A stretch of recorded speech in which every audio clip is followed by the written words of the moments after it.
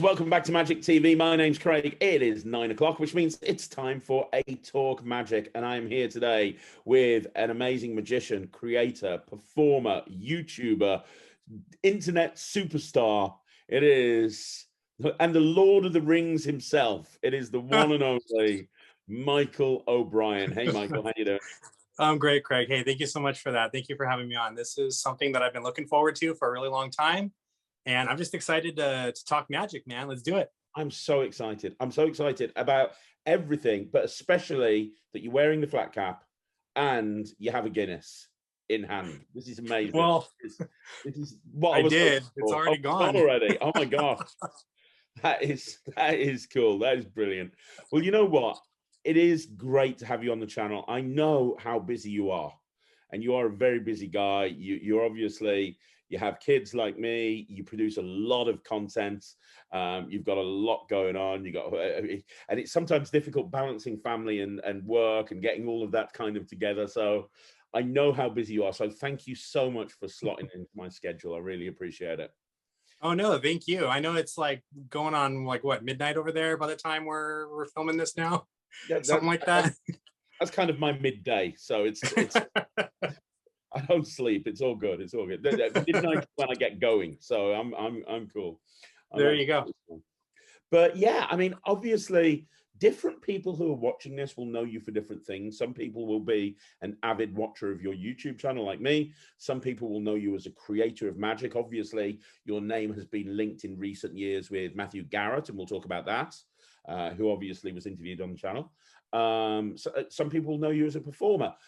For those people that don't know Michael O'Brien, I would like to go back to the very beginning and talk about kind of how you got into magic briefly, so we can give people kind of a frame of reference here. So what's your origin story? The same as everybody else that I speak to on this channel. You know, you got an Uncle Boulder coming from behind your ear, and then you got a magic set. Back in my day, this guy no, actually my origin story is kind of interesting. I got into magic 3 times before I really decided this is what I wanted to do. So the first time that I ever got into magic, I was really little, maybe 5, 6 years old. A good friend of mine that I lived down the street from got the Larry Anderson Jaw Droppers series for his birthday, and these were on VHS tapes back in the day. For those of you watching this who don't know what a VHS is, it's like a download, but on a tape. Mm-hmm. And I would go over to his house and we would kind of learn these tricks and things, and then put on little magic shows for our friends and for our families and stuff. And as time went on, I kind of grew out of it a little bit, especially when I, started getting into middle school, and then in high school, I focused on other things. I focused heavily on music in high school. So for those who don't know, I'm actually a musician. And if you were to ask any of my high school friends who I went to school with right now, what do you think Michael is doing? They would tell you right now that, oh, he's probably like a music teacher or something, because that's what my passion was. And then my senior year in high school, so my final year in high school, a bunch of my friends and I, we decided to just go to Hollywood, just do the walk of fame with all the stars and all that stuff, just do the touristy thing. And we ran into this guy who was doing card magic on the street. Like he was a busker. He was just working for tips. And I didn't know it at the time, but this was on the corner of Orange and Hollywood Boulevard, which is literally a 30-second walk away from the Magic Castle. So I'm guessing he was probably just, I don't know if he came from the castle and decided to busk or what he was doing, but he was there and he was doing street magic. And this was the first interaction that I had ever had with an actual magician that wasn't just some guy doing the 21 card trick. So he performed for us, and I thought it was incredible. And I told him, I said, I really used to be into magic, but I kind of got out of it and stuff. But that was incredible. I'd never seen sleight of hand work before. Where could I learn something like that? And we chatted for a little bit, and he started to give me some advice, oh, just go grab the Royal Road to Card Magic and, the Tarbell course if you want to learn a bunch of sleight of hand with other stuff. And he said, here, I'll tell you what, come stand behind me and I'm going to do this. I'm going to gather a crowd. I'm going to do the exact same thing that I did for this crowd, but I'm going to do it for you standing behind me so you can see what I'm doing. So he gathers a crowd, right? And he starts to do like an ambitious style card routine, and then the card going to the pocket, you know, the 51 cards to pocket, and the card folded up in his wallet and all that stuff. And every time he would palm off a card, you know, he would like hold it behind his back and palm it off and kind of flash it to me so I could see what was happening. And the whole time in my head, I'm thinking, how are these people not seeing this? Like, it's right there in his hand. And then I remembered, oh yeah, like 5 minutes ago, I was over there and I didn't see any of it either. Mm-hmm. And so, fun fact, that card to pocket routine is one that I decided I wanted to learn because I loved it so much, and still to this day is a staple piece of magic in my working act. I've rethemed it. It's a Pokemon routine now, but it's essentially the same, almost move for move from what I was able to remember in my mind, the way that he did it. Don't know who this person is. I was going to ask. Never saw him again. So if this person, if you remember this, you know, 17, 18-year-old kid that you showed a magic trick to on Hollywood Boulevard and you were watching this interview, hello. So that was the second time that I got into magic. Practiced a little bit, but it didn't really go very far. So now I graduated school and reality set in. I need a job because I need to be able to pay rent. So me and some of my friends, again, we went for a walk this time down the downtown Disney district. So for those of you not familiar, it's essentially like a big outdoor shopping mall that is on Disneyland's property, Disneyland here in Anaheim, California. And we were walking through, and there was a little kiosk there in downtown Disney owned by Houdini's Magic Shop. And I thought, oh, this is cool, magic stuff, right? So I went and I looked and I checked it out, and I saw that they had like a little "we're hiring, inquire within" sign. So I went and I talked to the manager that was there, and I said, hey, I'm interested in a position. You know, what do you guys do? And he basically said, we demonstrate magic and then we sell magic tricks to people. Do you do any magic already? And I said, yeah, you know, I do some stuff. And he said, well, what do you know about this? What do you know about that? And I knew the basics. I knew about Svengali deck. I knew about UFO. I knew about D-lights, you know, things like that. So I was like, yeah, I could demonstrate this stuff. So he said, okay, well, here's a Svengali deck. Can you show me something with it? So I did like a little Svengali deck routine. And he said, what's your availability like? And I said, I'm pretty much fully available. And he's like, you want to sign this paperwork? You start next week. So they pretty much hired me like on the spot. I don't want to pat myself on the back too much. I don't think I blew him away. I just think that they really needed someone to fill in that position. So I started working at this magic kiosk and pretty much got thrown into the fire. This is the first time I was really performing magic regularly for strangers, people that I didn't know, not just my friends at school, but you know, every 30 seconds, a new group of people would come up and I'd have to show them something. So it was also an opportunity when it was slow and there was downtime for me to really practice things that I wanted to learn, because I'm just there with a deck of cards in my hand all day. So I really had an opportunity to learn. I'll tell you something quickly, Michael. Yes. Do you know Marvins Magic in the UK? It's a global brand, but yeah, Marvins Magic. So yeah, I'm familiar with that. Doing Marvin Burglass, the guy who set up Marvins Magic. And he was talking about all of the amazing magicians that started off as demonstrators in Marvin's Magic. And one thing that he said is there's no better way to become a good magician than being a magic demonstrator, because not only do you get really good because you're doing the trick over and over again, but you learn the thing that most magicians struggle with, which is going up to a group of people and within seconds winning them over and getting them to want to listen to you. And that's something that it's very difficult to learn unless you have a situation where you're doing it over and over again. And the best magicians, at least that I've ever seen, are the ones that have got a background in Deming magic. Oh, I always tell people, I'm like, if you can get an opportunity, even if it's just part-time, to work in a magic shop or to work as a dealer, or even just to work at like a dealer's booth at like a magic convention or like the Penguin Convention or Magic Live or Blackpool, just to do that, you will get the practice in that you need just in those 3 days that you're there, because nonstop for 8, 10, however long you're there, you're just there doing magic. So about I don't know, a year or so goes by, and a bunch of my friends were going to audition at the Magic Castle. We were all juniors at the time, so we were all under 21. And they're like, "Hey, do you want to come with us? You want to come audition?" And I was like, "Audition? Like, I don't think I'm ready for that." Because in my mind, I blew up the Magic Castle to be this big, huge deal. So I go and I did my card to pocket routine, the one that I saw on Hollywood Boulevard, and Ninja Rings by Shutagawa. And to my surprise, they decided to let me become a member. So that's kind of where I decided, you know what, this is something that I think that I really enjoy and something that I really want to continue to do.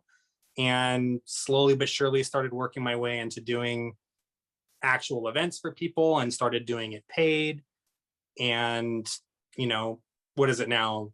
10, 15, not 15, I'm lying, 10, 12 years later, something like that. Here I am doing Magic, you know, full time, and I'm able to support myself and my family doing it. So it's one of those Cinderella dream come true kind of stories where, you know, all the pieces of the puzzle kind of fit, and fate was on my side, because as it would be, no matter how many times I stepped away from Magic because I wanted to do something else, it kept following me. And so that's my origin story.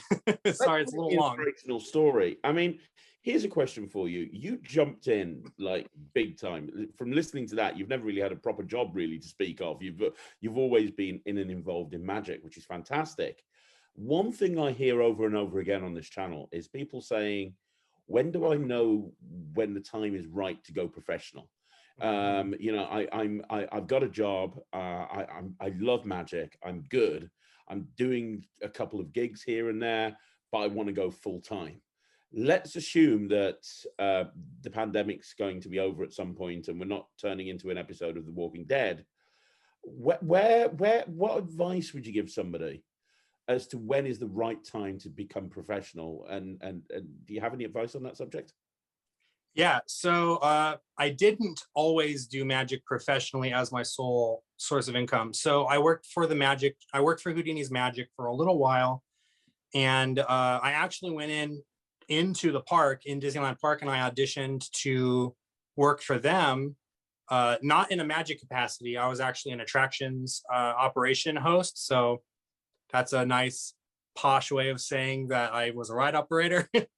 And did that for about 8 years, and I moved up in the company as a shift lead and operations supervisor, teaching the new kids how to come in and operate these attractions, which I think is where I was able to start developing my kind of training and teaching skills, because I just learned what things to say to people to make them really understand how things work, especially when you're teaching how an attraction operates, because it's like learning a foreign language. Like, oh, you have dispatch intervals and you have, you know, non-resettable ride cascade stops, and are just like, what?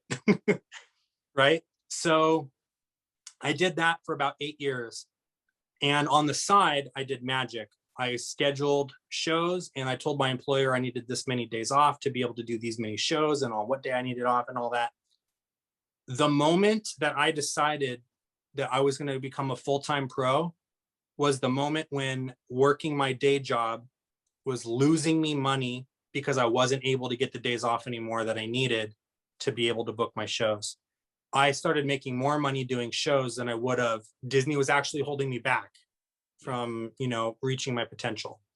So if you are working a day job and you are already a semi-professional and you're already kind of maybe on your days off booking shows here and there, I would recommend keeping your day job and keep doing what you're doing until you get to that point where you know that you have a steady flow of gigs coming in, and it's actually to a point where your job is holding you back from being able to perform. That is the time to step away from your job. I would not step away from it before that, because things happen and you run the risk of gigs drying up, and now you don't have that backup source of income. And I don't know how it is for you, Craig, over in across the pond in England, but at least here I noticed that January, February, and March are very slow times of the year for me, because all of my corporates and everything, they did all of their end of the year holiday parties in December and November. So I would have to kind of supplement that income in some other way. And what I ended up doing was going back, and this was recently, this was the end of 2019, I think June, July, something like that. I ended up going back to working for Houdini's again, just because I wanted to start stashing some extra money away. So all my paychecks were going in a savings account, and I wasn't even paying attention to that money. It was just getting put away. And I am very thankful that I did that, because I would not have qualified for unemployment assistance if I didn't do that. Because here in America, when the pandemic first started, we were not giving benefits to gig workers. So a lot of my magician friends that were full-time professionals, for lack of a better word, they were pretty screwed, because it was a sink or swim situation. They either learned how to do Zoom shows and tackle that market, or they were out of luck. So and I hope that answers that. I think that on the back of that, one piece of advice I give every single magician who ever decides to go full-time and work in the gig economy is learn about financial planning. Learn about, because I see so many magicians that literally live on a gig by gig basis. They get paid cash, they put it in their pocket, they blow it, they don't even realize they've blown it. And that's fine if the gigs are coming in.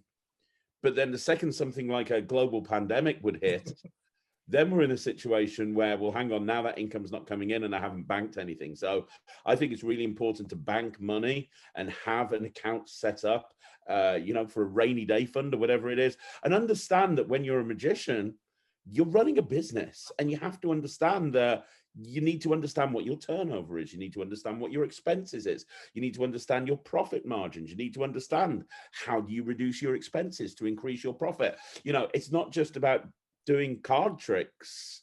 There's a lot more to it besides that. Yeah. And the best magicians, the ones that are really successful, are the ones that have figured that out. I agree. Yeah. And not too long ago, you did an interview with Dan Harlan. And one thing that I took away from that was, he said before he even decided that he was going to start doing magic professionally, was he worked his butt off and put as much money away as he could, so that he would have like a year's worth of, if he didn't do anything, he had all of his bills and expenses covered for a year.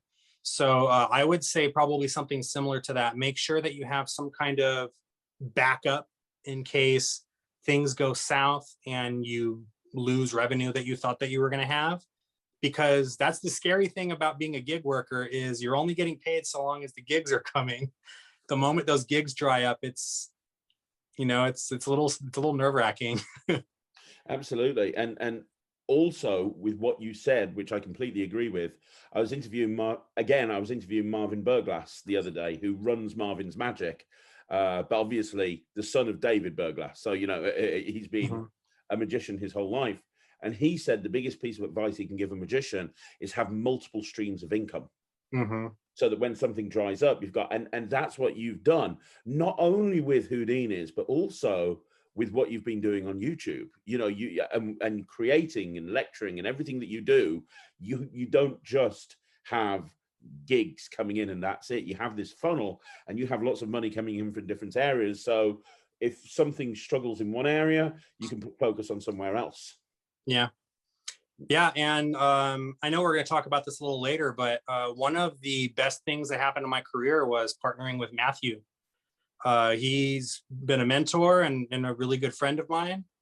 And we started this business partnership. We started coming up with some, ideas to kind of take the Ninja Plus brand to the next level. And we've gotten other outside influences and magicians from really all over the world, and kind of, expanded the baby that he gave birth to. We all kind of pitched little ideas here and there and grew it into this big thing.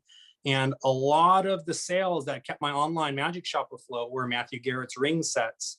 So like trying to keep my magic shop going, and then doing the lectures, and now my YouTube channel, I've monetized that recently. So all of, like you said, all of these little webs kind of come weaving together and, form a paycheck. So Exactly. Well, before I start talking about creating, one other question. have you, you know, you've talked about close-up magic, obviously. Have you ever done other, haven't you, like, have you ever done kids magic? Is that something that you've explored? And if so, do you continue to do it? Do you work on stage? Like, because obviously that's another example of taking different incomes. I know a lot of close-up guys that are screwed, whilst here at the UK, at any rate, you can still go and do kid shows in a school, even in the middle of a lockdown, you know? So, you know, there's so many different opportunities if you become more of a performer, that you can kind of cast the net out and do everything. Have you tell us a bit about that? What is it you do? You do everything? So I do everything for the most part. I do not do large illusions, honestly, just because I don't have the means to have these giant illusions, trunks, and the classic, you know, like the head twisty, whatever you call them, and all that stuff. I drive a Mini Cooper, so imagine I barely have enough room for my briefcase. Michael, I'll tell Like you right full now, of magic. if I could go back in time and give myself advice, the biggest piece of advice I give myself is say no when you decide you want to be an illusionist, because it is such a giant royal pain in the arse. You know, you spend all day getting to a gig. You have to get there before anyone else to set up. You're not allowed to leave until hours after everyone else has left. It's a nightmare. Yeah. Here's the thing, though. This is what I've learned. I've learned that you can still book an illusion show even if you don't do any illusions. And the way that you do that is you offer an illusion show with strolling magic, and you find your buddies that do illusion shows, and you say, hey, I got a gig for you. Do you want to come do an illusion show with me? Here's your cut. Here's my cut. And then that way, not only are you booking the gig, but you're also kind of spreading the love. So you're keeping that, you know, money within your close circle of friends, which is really nice. But I don't do illusion shows. I do kids magic shows. A lot of the ideas that I have in my adult act are a lot of the same effects that I perform for my kids show, believe it or not. I just put a children's presentation on it.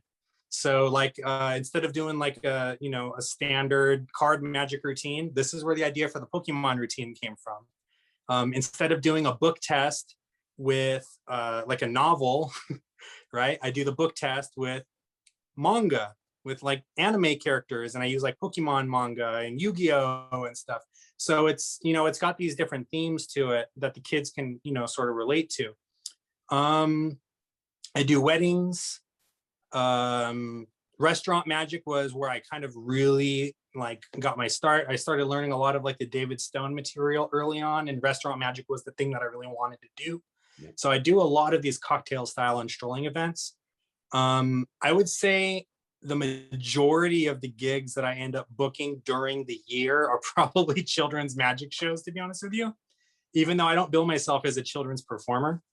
And then during the holidays, it's a lot of those high-end clientele company events and, you know, end of the year parties and things like that.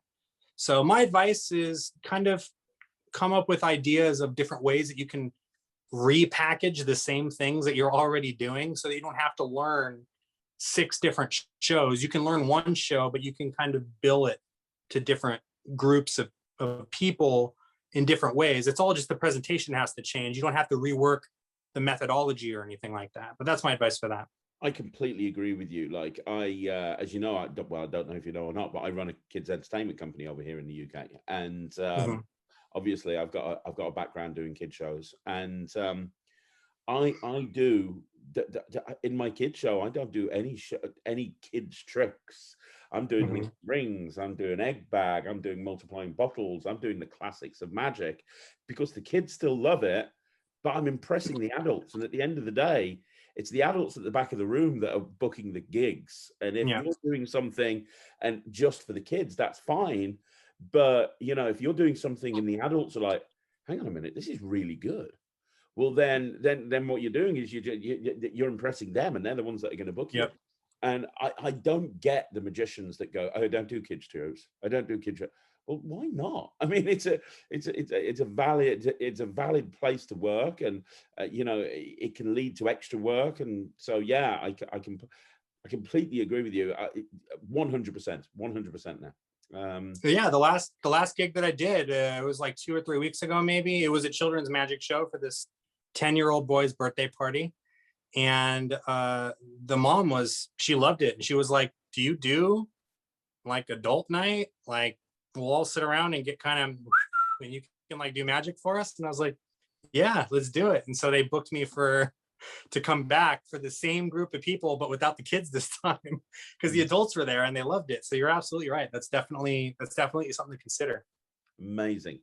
So here's a question for you. So your career is fairly well outlined here. At what points did you decide that you wanted to be a creator of magic? Because it's something that everybody wants to do. And I've talked about this on the channel before, but we tend to hold creators on pillars in this community. And I think that's one of the reasons that so many magicians that come in, within like 2 weeks, they're like, oh, I want to be a creator as well. So it's something that everybody wants to do, but in all reality, not everybody can do. When did you kind of go, you know what, I think I want to start creating my own tricks and maybe somehow getting them out there? Where did that come from? So I don't know if the whole idolizing creators is a fairly recent thing, like 2010-ish, because when I first got into magic, for me, it wasn't really a thing, at least in my mind. It never crossed my mind like, oh, I want to put out this trick so that everyone will see my trick on Illusionist and everyone will want to like come get my autograph when they see me at conventions and stuff. Like that never crossed my mind. I knew that what I wanted to do, though, was come up with presentational ideas that were unique to my personality, because I was starting to discover my personality early on in my magic career. I think I did the same thing that a lot of us magicians are guilty of, where we really respect certain performers, so we imitate them when we're performing. But it got pretty bad when I would perform like some of Shutagawa's material and some of like David Stone's material. And I would start to speak in the same cadence that they would speak even. And I would do their patter almost word for word, And people would notice that. They'd be like, that was kind of weird. Why are you talking like that? Right.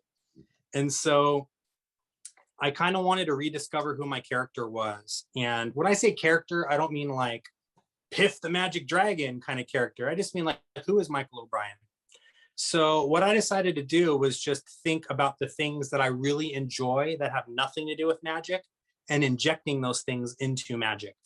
Yeah. So for example, this is one that I like to use all the time. My Pokemon card to pocket routine is probably the #1 most requested piece of magic at all of my events. Usually I'll say, have you seen any of my videos? And if there's anything that you would like for me to perform that you saw in a video, let me know and I'll make sure to have that trick ready for your event. And almost always we want you to do the Pokemon card thing. And literally all I did was just take a card to pocket routine that we've all done a million times. And I decided, card to pocket, well, pocket monsters, that's what Pokemon stands for. So I got the card to pocket thing there with pocket monsters. And how do I finish this trick? Well, usually I have the card end up folded up and it's in like a little peppermint tin or it's in my wallet. Well, how about I have it go to a Pokeball instead? Right. And the thought process there was kids don't really know like what a 3 of clubs is or a 7 of spades is. Right. But they do know what Pikachu is. They do know what Charmander or Squirtle or Bulbasaur. They know those characters. So have them choosing one of those characters and doing magic with it means more to them. But then I also learned that it's got a nostalgia factor for the older folks because most of the adults and parents in the room that have young children are my age and grew up with it too. So it started off as I'm going to create this piece of magic to do in my children's magic shows. And it ended up being something that I translated over to my adult shows too, because the adults loved it just as much as the kids did.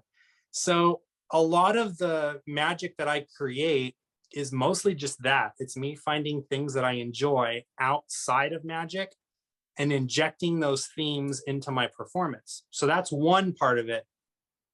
The other part of it now is coming up with a new method. Just before you say the new method, that is what you do.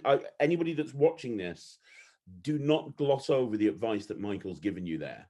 because that is absolutely gold. I can't tell you the amount of times I've seen a young 17, 18, 19-year-old magician go, well, let me tell you a story about when I went to World War I and I found this medallion. And it's like, no.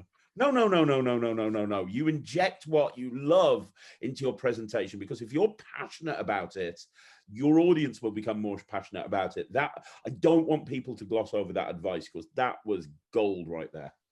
Well, thank you. I appreciate that. I just recently came out with a thing that I call NES Deck, and all it is at its heart is a tossed out deck. So for those of you who are not familiar, it's literally a deck of cards. You have like 6 or 8 people choose a card.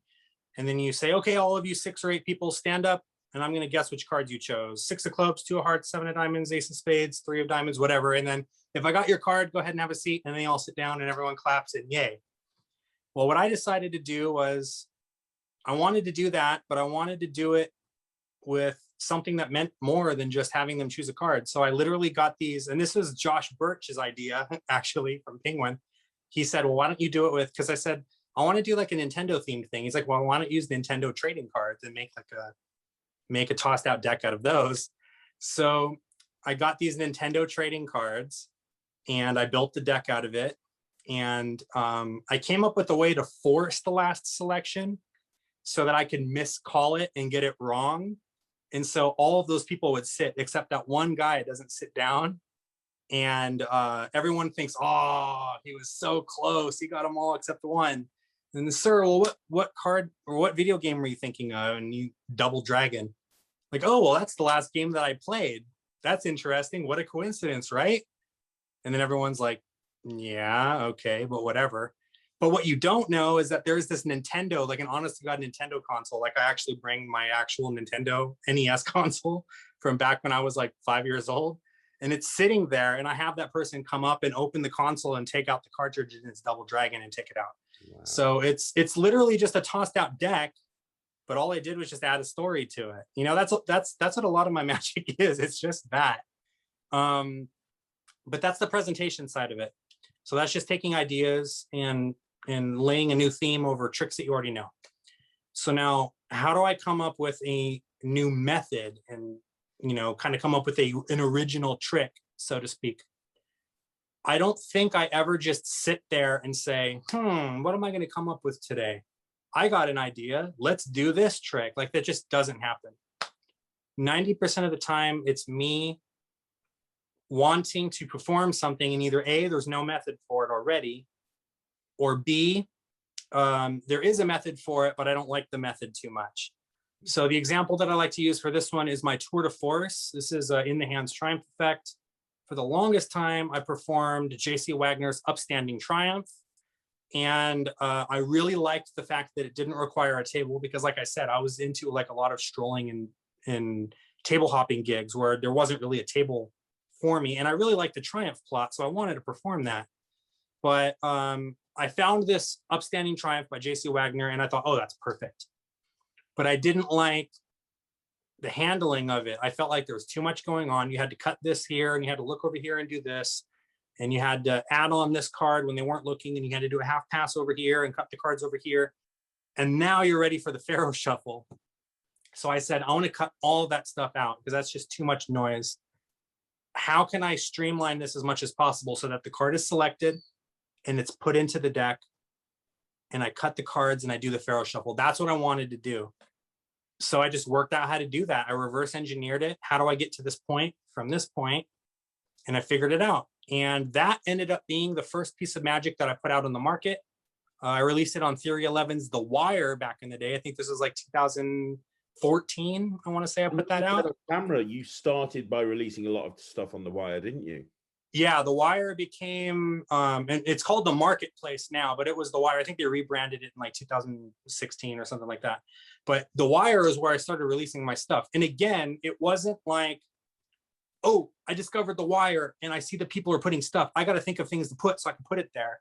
It was like, I want to come up with this method that works best for me. And then after I got comfortable enough performing it, I performed it at a lot of events. I made little tweaks and changes to it over time. And then I was like, you know what? This is something that I really enjoy. And I think other magicians might benefit from it too, because there's got to be another magician out there that's thinking, dude, I wish I could perform Triumph, but I'm doing strolling gigs and I don't have a table. So I guess I can't do Triumph. And then they discover my download and then they realize they can do Triumph now. So that's kind of where my thought process is when it comes to creating magic and putting it on the market. It's not just because I want to put magic on the market and be, I don't know, what's the equivalent to TikTok famous for magicians, you know, because I think that, who was it? It was at Magic Live last year. I want to say it was Michael MR. He said something like, isn't it like the biggest kick in the gut when you're at Magic Live and everyone knows who you are and you're a celebrity, and then you walk across the street to McDonald's and the guy behind the register has no idea who you are. He's like, here's your burger, sir, have a good day. Right? Because it's like, you're famous, but you're not really famous. It's an overinflated ego thing that I think that a lot of us fall into this trap where we feel like we have to impress people. So it happens, unfortunately. But I guess my advice to anyone that wants to create magic is create magic for yourself first. Create magic that you enjoy. And if it happens to be an original method that you think people might benefit from, and you've already worked it in, and you've already put in the practice, I would say I have no problem with you, sharing it with the world, releasing it as a download, partnering with Penguin or partnering with Illusionist or whoever, and releasing this product to everybody. So a lot of the big companies these days, they have somebody there who will help you if you've got a product or a download or something, and you can send it to them, and they'll be there and they'll say, well, this is good, but obviously we just talked off camera about Lloyd over at Murphy's, and you've got a big team over at Penguin that do the same thing, and it's easier now than ever before to release magic. Back in my day, it was really difficult. It was a nightmare to try and release magic because there were no downloads. So the only thing you could release was a physical product. Yeah. And in order to release a physical product, you either had to put the investments in yourself, or you had to convince a dealer that it was okay to spend a lot of money, sourcing everything that they need to create this trick. And it was a big cash investment for the dealer's point of view. These days, it doesn't cost anything for somebody like Murphy's to go, yeah, I'll put that download out. There's good and bad points to that, as well, as you and I talked about.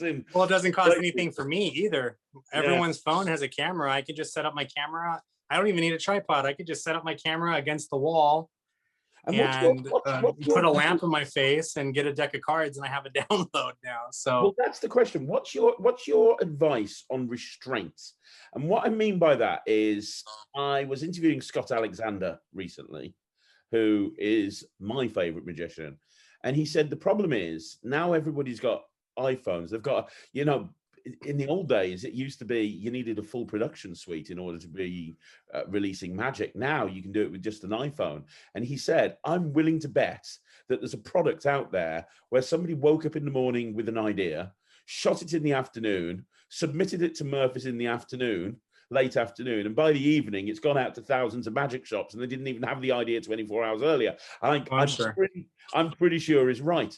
And that's why there's so many bad downloads. And I don't want to turn this interview into a rant, but for people that are watching this, as somebody who has successfully released magic and never had a bad review as far as I'm aware, what advice would you give about making sure that the product is, because you've only got one chance to make a first impression.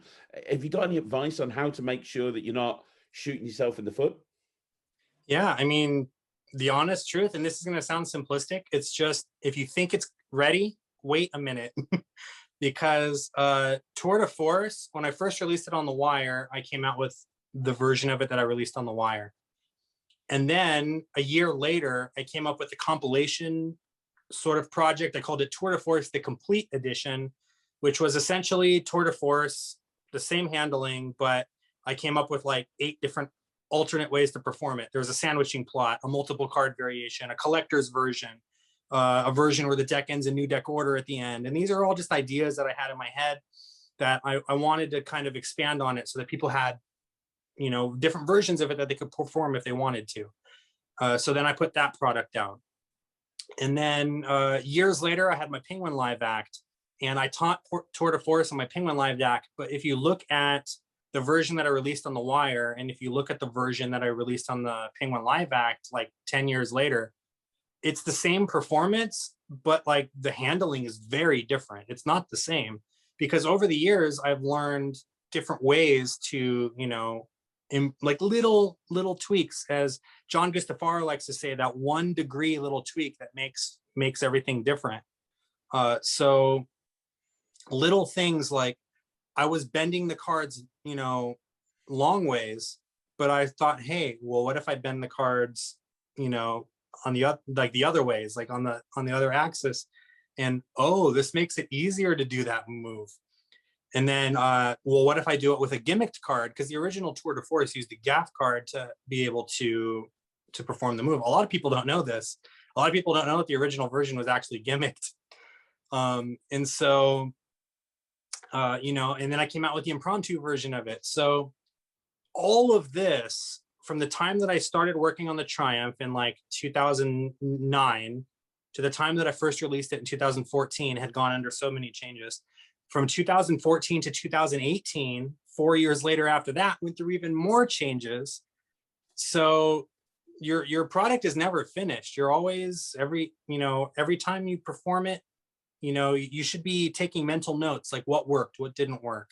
I meant to get this reaction at this time, but I didn't.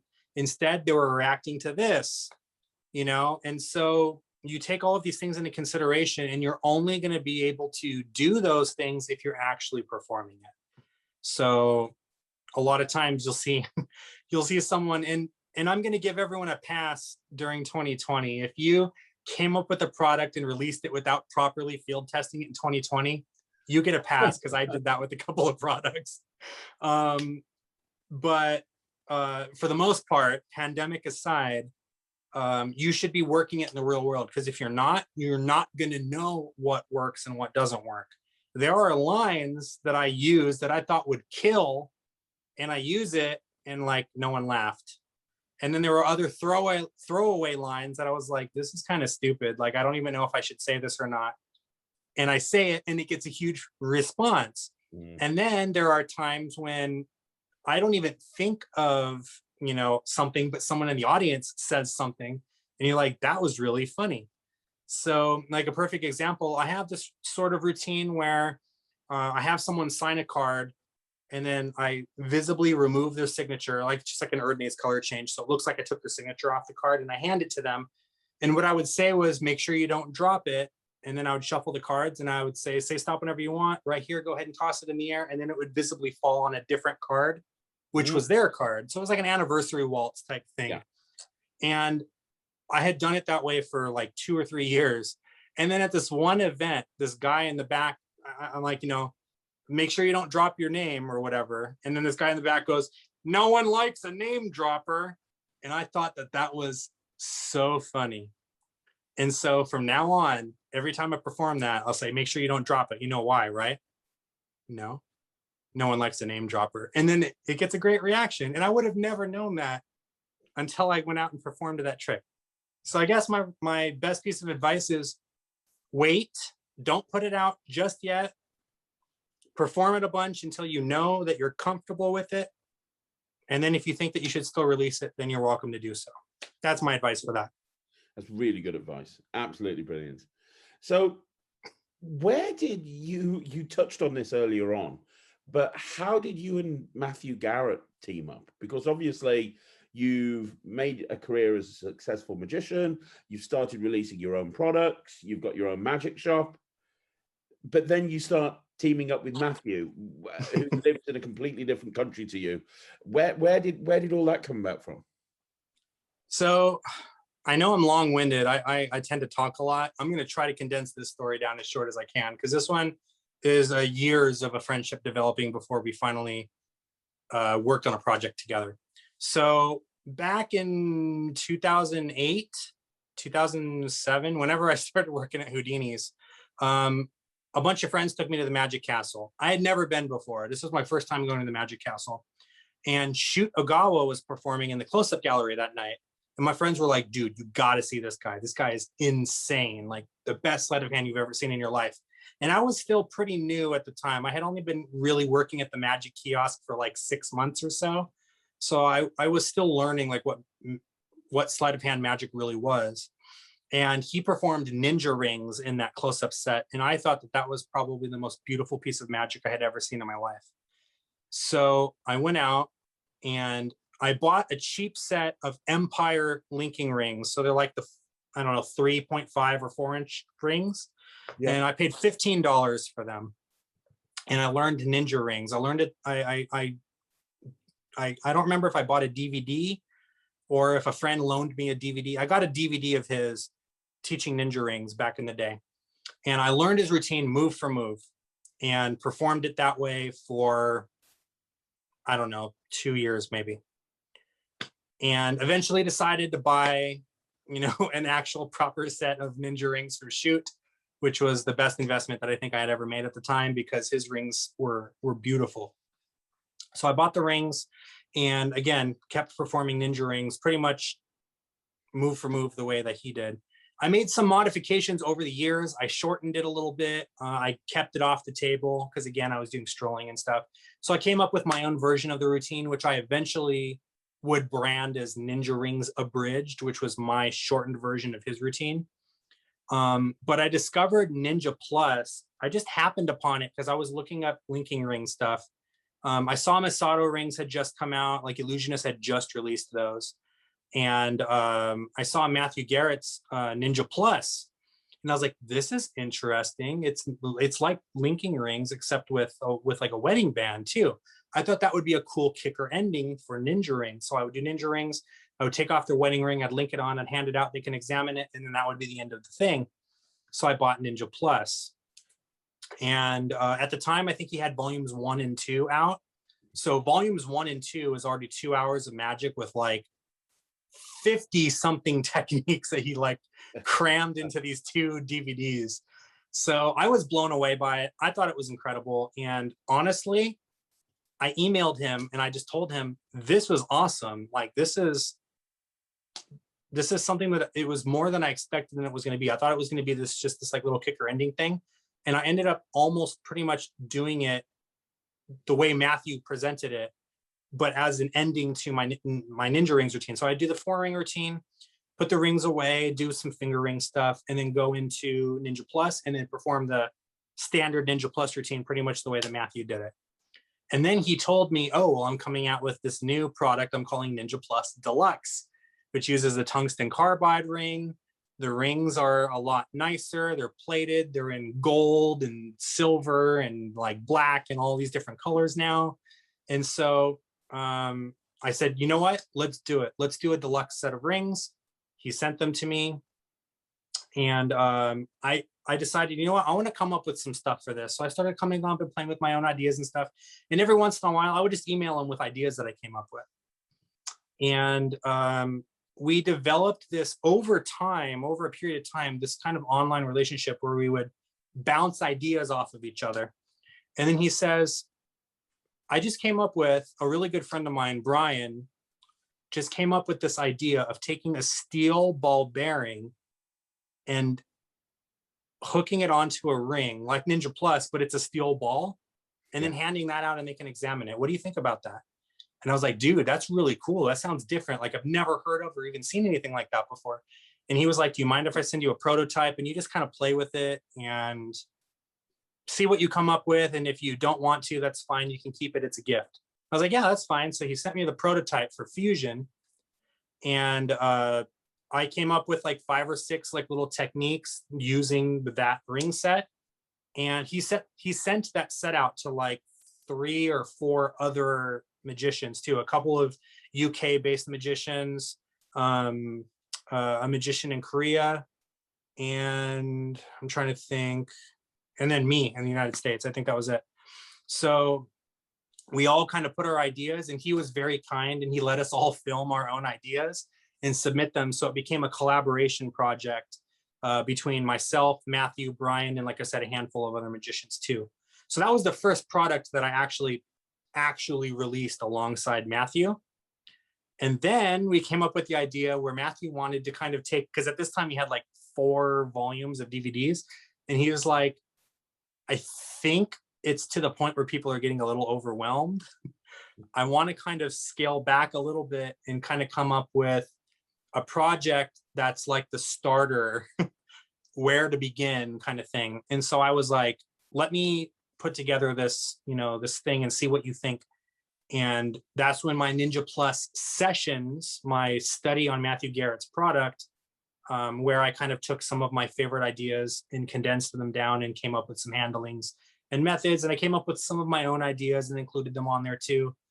And he liked that. He endorsed that. So I released Sessions. And then he flew me out to live with him for a couple weeks so I could do Blackpool. And he set up a lecture tour for me out of the kindness of his heart. That was very kind. The quid pro quo there was I would work the Blackpool stand with him and I would help him sell a bunch of ring sets. A very fair trade, I think. So I definitely jumped on that. And yeah, so I did that little lecture tour and stuff. And while I was there in England in the house with him, living with them for a couple weeks, we came up with this ring and bottle thing. So then we worked on that and continued to work on that after after I went back to the United States, continued to work on that for a few months and put together that project, teamed up with another magician to release his like bar blade bottle opener thing and put that whole thing together. And now the ring and bottle thing was released. So this relationship started off honestly as me just enjoying his work, reaching out to him and sharing some of my ideas that I had with him and him sharing some of his ideas with me and bouncing ideas back and forth. And it kind of blossomed into this, not only professional relationship, but he's a good friend of mine. Like we would be best mates. If I lived over there, I know that we would be hanging out like all the time and just doing magic. So it's really interesting. And I think for a lot of the magicians that say social media is ruining magic, if it wasn't for the online presence that the magic community has, I don't think that I would have ever been like, I'm just going to reach out to this guy. And he emailed me back and I'm like, oh my God, I told my wife, she was my girlfriend at the time, Matthew Garrett, like responded to my email and I'm like hyperventilating over here. But you know and what? Now we're like good friends, But I think that's really important. Again, that's another thing that I don't want people to gloss over because I think the problem is a lot of newer magicians, they're scared of reaching out to people that they put on pedestals. But these are just normal people. And if you reach out to them, you never know. Like if you hadn't reached out to Matthew, you wouldn't have ended up doing a lecture tour in the UK or working the Blackpool stand. And, the opportunities are there if you grab them. And the way to get those opportunities is to don't be scared to reach out to a lot of these creators and big name magicians, because as long as you're respectful and nice, they're just amazing. A lot of them are. Yeah, and I've developed, I mean, even with you, like I've reached out to you and you've been nothing but wonderful. And we've had conversations back and forth, and we chit-chatted about some new exciting products that are on their way out here. I won't say anything now just in case those things haven't been released by the time this interview goes live. But we've talked about some exciting things that are coming out and bounced ideas off of each other even for those things. So for me, even like if anyone is watching this and you don't know who I am, but you have questions, you're more than welcome to reach out to me. And, I'd love to answer any questions that you have. And I feel like that's true for pretty much 90%, if not more, of these magicians, like you said, Craig, that we put up on this pedestal, that we're people that love magic. And that's all it is. Absolutely. I mean, the perfect example is my son, Ryland. He was working on a cube routine. And he said, I'm really struggling with this. And I said, well, why don't you? And it was using a Henry Harrier's product. And I was like, well, why don't you let me film it? And we'll send it over to Henry. And he was like, what? I was like, what's the harm? So we filmed him doing this thing and Ryland saying, have you got any advice on this? He sent it over to Henry and Henry shot a video back going, yeah, try this. And it's about putting yourself out there. That's what you got to do. You got to put yourself out there. Awesome. Actually, this is a good time to ask if people want to contact you, because you just said they can. I want to put at the bottom of the screen all of your social media. Where's the best place to reach out to you? The floodgates have just opened. I'm going to have inbox after inbox full of messages now. So you can find me at O'Brien Magic, just OBRIEN MAGIC, on pretty much all social media platforms: Instagram, YouTube, Facebook, TikTok. My website is o'brienmagic.com. I made it easy for you guys. It's all O'Brien Magic across the board. If you want, on my website, that's where my online store is. If you guys want to check that out, you're more than welcome to check that out. I did just also, I'm okay to plug my YouTube membership here. I want you to plug that. Yeah, absolutely. Okay. 100%. I just started my YouTube membership program where essentially I'm taking all of my old downloads that were on my site that have lived there for years and uploaded them to my YouTube. And for just $1 a month, you access all that stuff.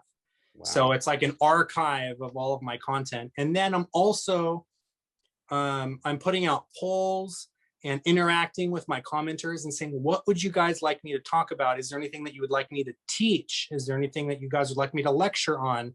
And I'm listening to you guys, and I'm coming up with like tutorials on the spot for that and then uploading them to that channel. So you guys are welcome to check that out if you'd like. Or you can just subscribe to my channel as a regular subscriber, and you get access to all my advice for magicians and reviews and performance videos and all that stuff. Well, let's talk about YouTube, because obviously that's the other thing that a lot of people might know you for, because you've done remarkably well with YouTube. Like you said, your channel's monetized. You have a big subscriber base. When did you decide that you wanted to kind of jump into, because everybody wants to be a YouTuber, right? But until you actually start producing content on a regular basis, you don't realize how hard it is. A lot of people think, oh, I'll just shoot a video and then that. No. So where did YouTube come from? That's a really good question. So I don't think I ever wanted to be like a magic YouTuber. I originally created the channel way back. I don't even know how long ago it was now, and just uploaded a couple of videos of me performing magic. This is like when I first started. Don't even bother go looking for those videos anymore. I've already deleted them. They were terrible. I kind of wish I didn't, because I kind of wish I could go back and look at them just to see how bad they were from like 2007, when I thought that my Charlier cut was like cooler than, you know, than anything. So I started just kind of posting here and there, and I would post like the trailer for my new magic tricks that come out. So like my Tour de Force trailer, I posted there. I posted a couple of magic performances that I just happened to get, you know, video performances of.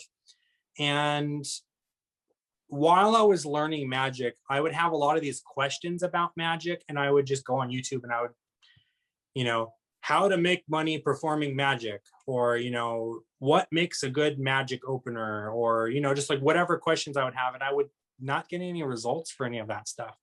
So over time, I started thinking like, I think it would be a good idea if I thought of things that I had questions for and that I knew the answers for, because I had done the research and discovered them, to post my answers online, so that if anyone else had that question, they would be able to, when they were there typing like this, would be able to find it and answer that question. So my channel started focusing almost out of the offset on the advice for magicians kind of angle. And my channel very quickly became geared towards magicians. It was not so much about the performances, it was more about offering advice. And I started doing magic product reviews later on. And I started uploading some tutorials and things later on. And very recently, I started performing like my TikTok videos and stuff, and I've tossed those. I know you're doing that too with the magic shorts, and just like tossing that stuff up there. So my channel kind of became the place for magicians to go if they wanted to learn something about magic. Not necessarily to learn a trick, but to learn things about magic that you kind of couldn't really find anywhere else. And I think that's what attracted me to your channel so much, is was like, oh, dude, Craig is talking about the stuff that I want to talk about, and this is awesome. So that's why, you know, as soon as I discovered your channel, I followed like right away, because it was you, it was me, And off the top of my head, I'm not able to really, the Magic Minute is another one. I just discovered Alan Paletti's channel. Like, we did an interview on my channel like a month ago. I just discovered his channel. Out of the three of us, I'm not off the top of my head able to think of other magic channels that are focusing on like the advice for magicians angle. I know Chris Ramsey's channel has some like advice for magicians content, but it's kind of the only other one that I think is doing a really good job of that is Penguin.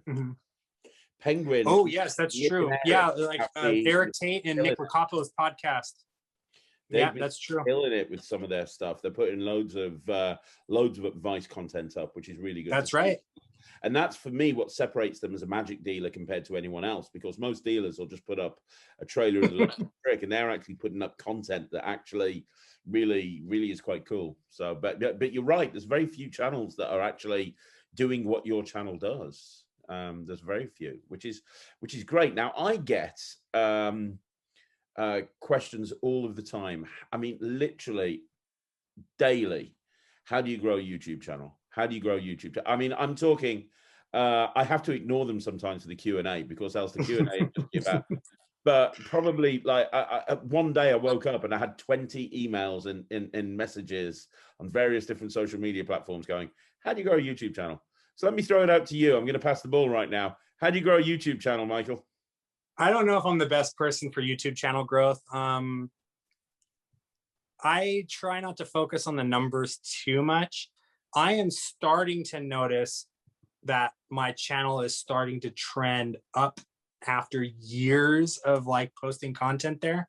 I went from, you know, no followers to 100 followers to 200 followers to 500 followers over a long period of time. There were times when I was posting my videos and they were getting 2 or 3 views. And it's very heartbreaking when you've spent an hour filming and editing and uploading a video and it gets 3 views. So I guess my advice to you is to do 2 things. Number 1, don't give up, stick with it. But number 2, go on YouTube and type in on the search bar, how to grow my YouTube channel. And you will find videos on YouTube that teach you like little tips and tricks on how to play the algorithm's game, because it's all about the algorithm.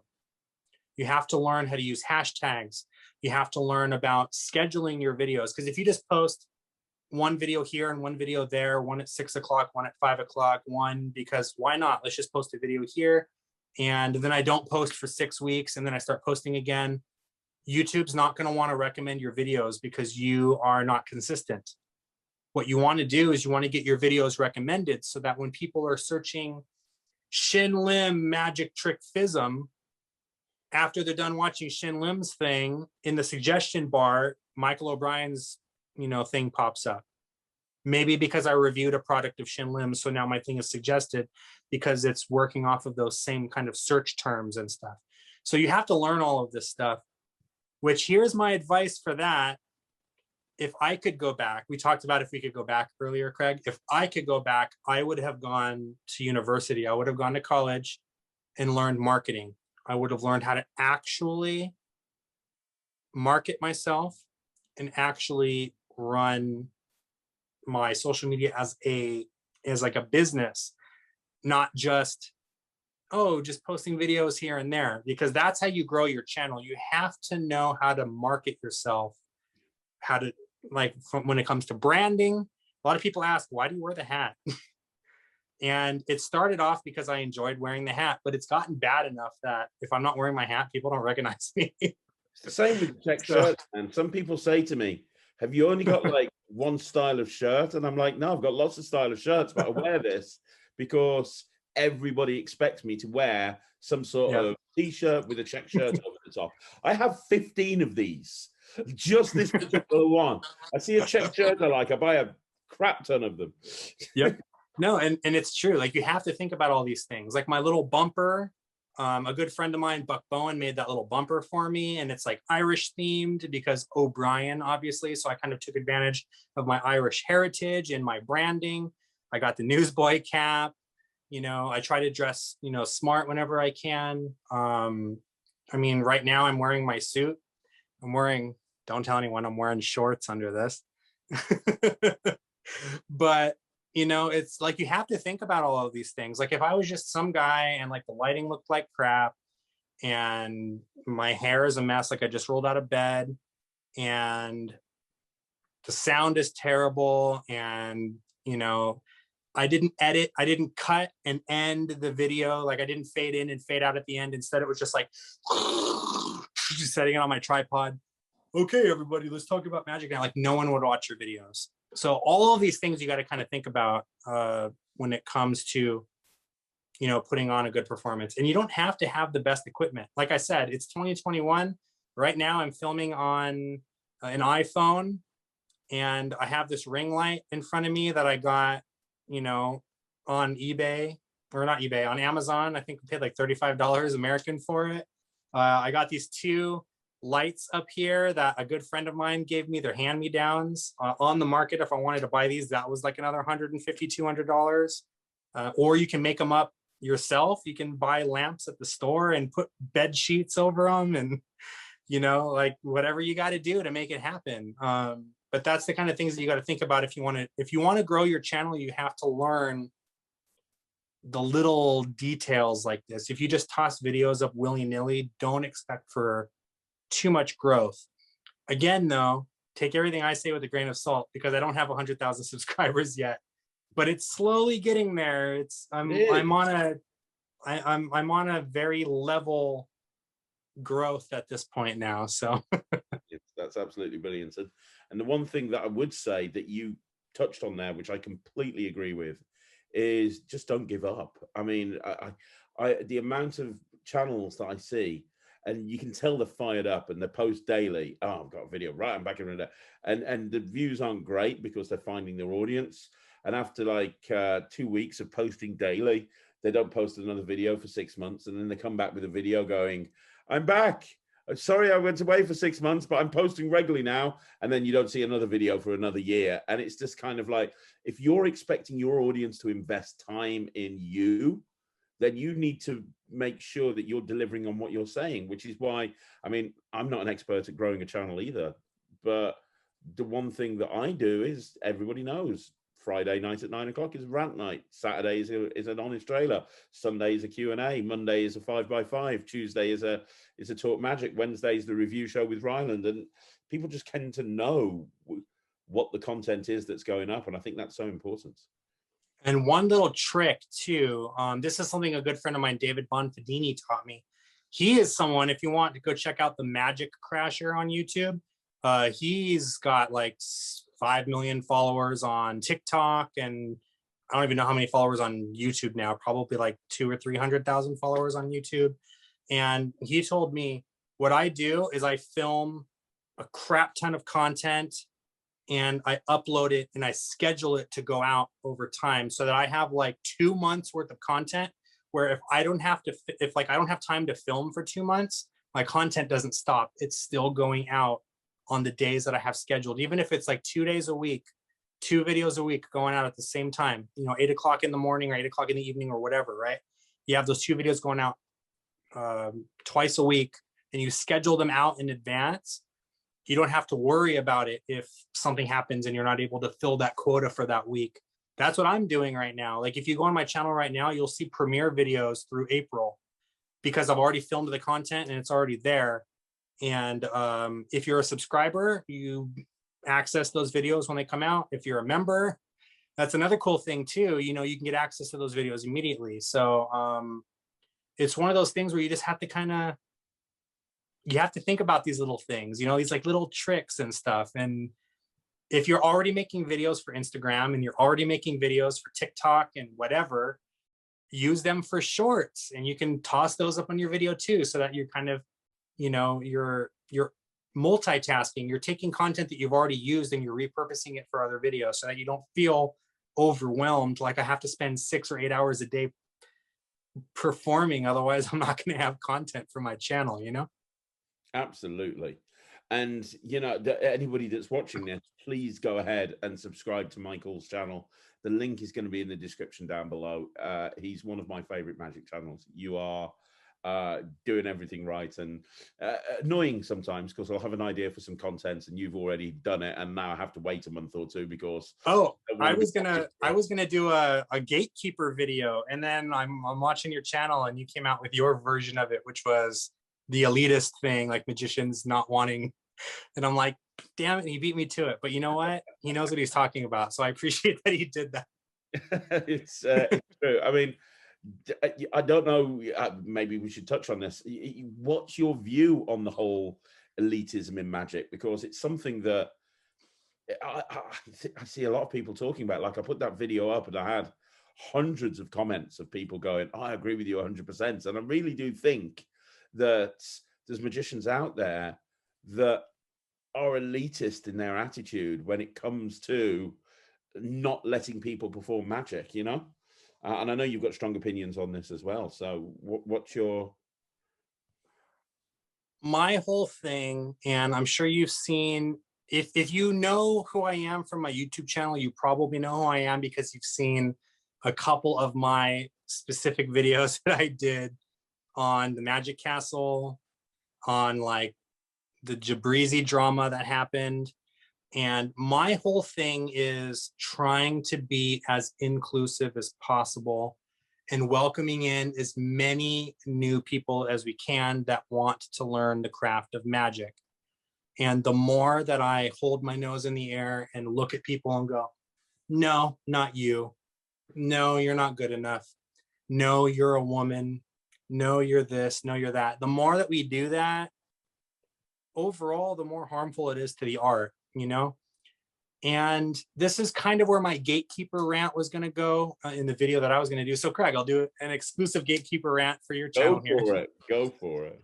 So oftentimes I'll see on like YouTube or not on YouTube. Well, it's sometimes on YouTube, but not so much. I don't browse too much in the comment section on YouTube because it's rather depressing, to be honest with you.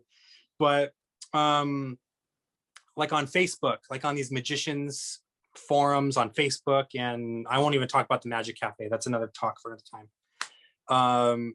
There's a lot of, you know, people will get really excited because they just learned this like new trick and they want to share it on Facebook. They'll make a video and they'll post it, and then it'll get ripped to bits and they'll delete it and then they won't post anymore. And I've had a couple of people that felt comfortable enough to reach out to me and be like, yeah, I'm really thinking about leaving magic because I don't think I'm good enough. And I'm just like, why don't you think you're good enough? Like, how do you know you're not good enough? Like, what happened?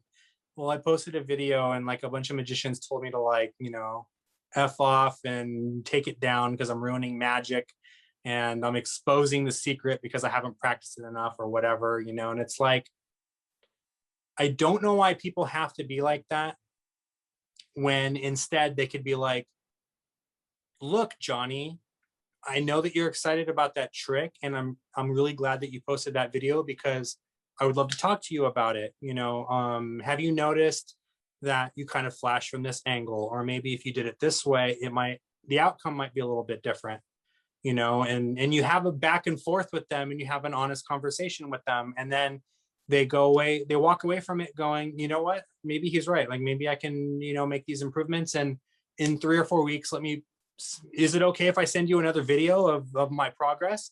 Absolutely. Please send me another video of your progress. I'd like to see, you know, what you've come up with over these next couple of weeks. And we just need to have those conversations with people, right? And then you have like a lot of the kind of like misogyny and like sexism aspect of it too, where, you know, like one of my good friends, she's a performer, and she's a good performer. I won't name names just in case she doesn't want the unwanted attention, but she's a really good performer and she'll be doing like this really good like coin magic and stuff. And you'll have people commenting on her video like, I couldn't see where the coin was because I was too busy looking at your beautiful face. And it's just like, why? Like, why do we have to be like that? You know, and it's those little I get people comments saying that to me as well. I mean, it's your beautiful face. It's a cross I have to bear, you know. But it's, you know, it's one of those things where it's that those are the stupid things that we do sometimes that push people out of magic, and they don't want to, you know, they don't want to be part of it. And it's really a shame because, like I said, I really enjoy social media magic. I enjoy seeing people posting videos. You know, I enjoy seeing people sharing the things that they've learned. And especially in 2020, we ain't able to go outside right now. So, you know, it's like I'm able to see my friends that I haven't actually gotten to see, and their face shows up on my feed and they're performing magic. So if we could find a way to not be so rude and so mean to each other over You know stupid what? stuff, like I a magic trick that someone posted on Facebook, you know? I completely agree with you, Michael, 100%. And I know that there's going to be people that are going to be watching this that go, hang on, Craig's a hypocrite because he reviews products and rips into people when they put really shit tricks out. And for me, there's a difference. If you have released a product for sale and you are taking money off people that might not know better and your trick is terrible, as you know, open season, you want to put a product out, fine, but then you can't expect reviewers not to review a product, especially when it's really bad.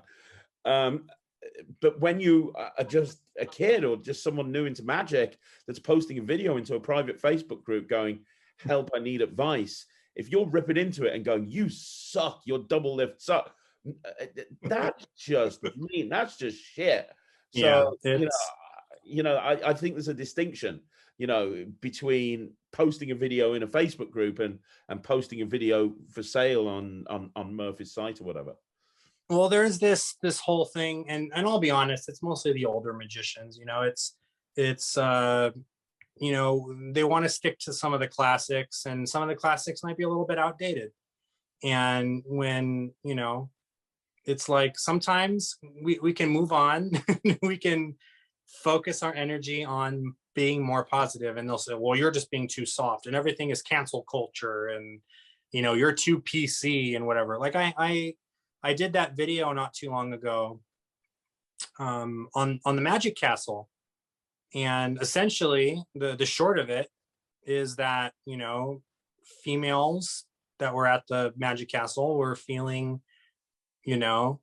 put on the spot because they were expected to give the performers a kiss, or told to put the card somewhere like in their boobs or stick it in their butt or whatever they were supposed to do, and they were like, this is extremely uncomfortable. And there was this whole I don't want to get into it now, but there's like this whole controversy thing that blew up with Jabrizi not too long ago. I'm sure if you're watching this, you're familiar with the cake product that was supposed to come out. I'm sure you're familiar with this. Mm-hmm. And it was teaching people to use magic as a tool to like pick up on women and sexually assault them. So I spoke up about it, and that video kind of blew up. And again, you had a lot of people that were agreeing with me, like, yeah, like magic has no place for this. It's 2021. Like we moved on from like the the kind of sexist and racist magic that we were performing in the past. But then there were also those people in my comment section, they're like, it's people like you that want to ruin magic and take away magic from us that we've been performing for 50 years or whatever.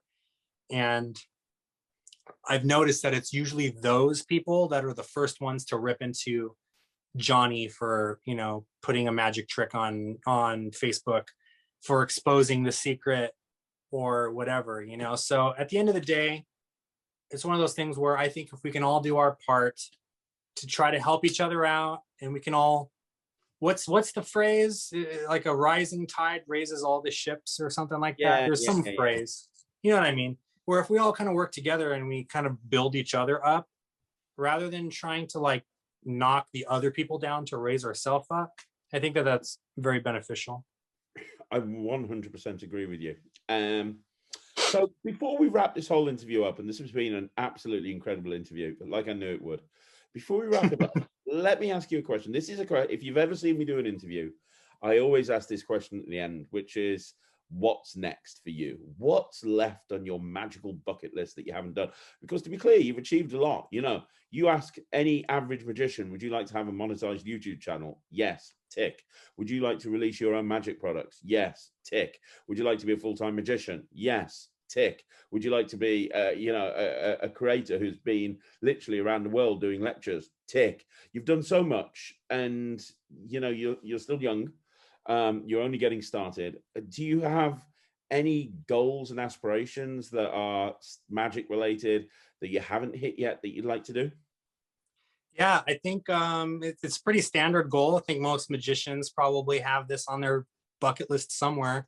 I'd love to perform on Fool Us or America's Got Talent or one of those, you know, national television that shows that are like broadcast worldwide. I think that would be a lot of fun to be able to share my craft with, you know, because I think a lot of magicians kind of expose themselves to each other, you know, like magician to magician, it's really easy for other magicians to find me, but you know, it would be really nice to reach to like a wider audience and have, you know, to share my craft with the world, so to speak. So I think the one big thing that I'd like to do is probably that, to be honest with you. Aside from that, most of my goals are pretty much on target. You know, my channel is slowly growing, slowly but surely. And 2020 kind of kicked the chair out from underneath a lot of us, I think, but things are starting to kind of very slowly go back to normal again. So yeah, I'm very content with my career so far, and I'm excited to see what the future holds. That is fantastic. That is absolutely brilliant. And guys, if you're watching this, please subscribe to Michael's channel. And seriously, also get in on his membership program, because $1 a day, I mean, that's $1 a week, $1 a month, $1 a month, $1 a month. What? I thought it was $1 a day. Jeez, $1 a month. That's ridiculous. Seriously. What magic can you buy for $1? I mean, and you're getting access to all of Michael's downloads. Seriously, go do it. And if you don't like it, I'll give you money back myself. I mean, that's just incredible. Go and do that right now. Subscribe to the channel. Go support Michael, and if you haven't already done so, go and have a look at his shop, because he's got some amazing products. And yeah, Michael, one more time, thank you very much for being on the show.